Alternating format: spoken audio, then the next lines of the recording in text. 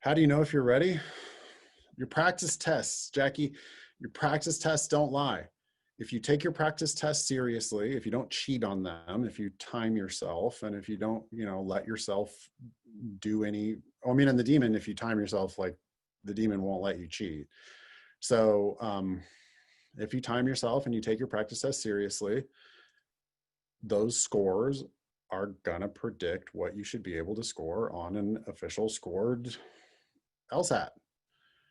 So if you're happy with your practice test scores, then you're ready. If you're not happy with your practice test scores, then you're not ready. I mean, a lot of y'all have magical thinking, which is, I would caution you against that. I would like you to be a realist. If you're scoring 162s on your practice tests, you're probably not going to score a 170 on your official. And like some people are like, well, but I did score 168 once.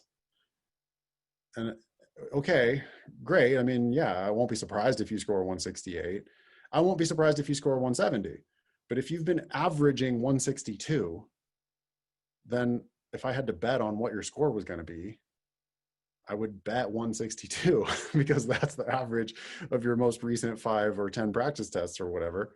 I'm not gonna predict lower than 162 if that's your average of your last 5 or your average of your last 10. I don't think you have to score lower, but I don't think you're miraculously going to score higher.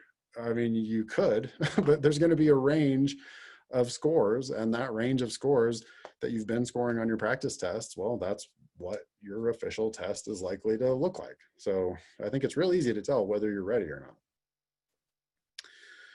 Would you say taking the October test as a dry run makes sense? No, absolutely not.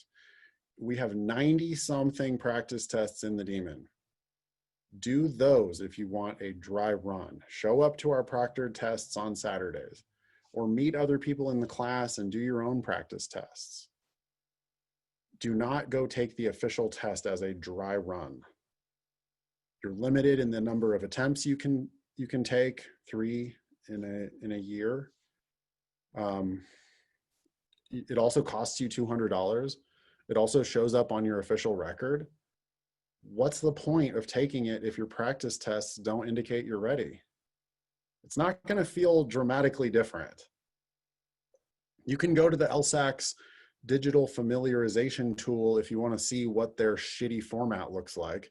It does suck. It's way worse than what it looks like in the demon. Go practice that. Go take a look at that. That's your dry run.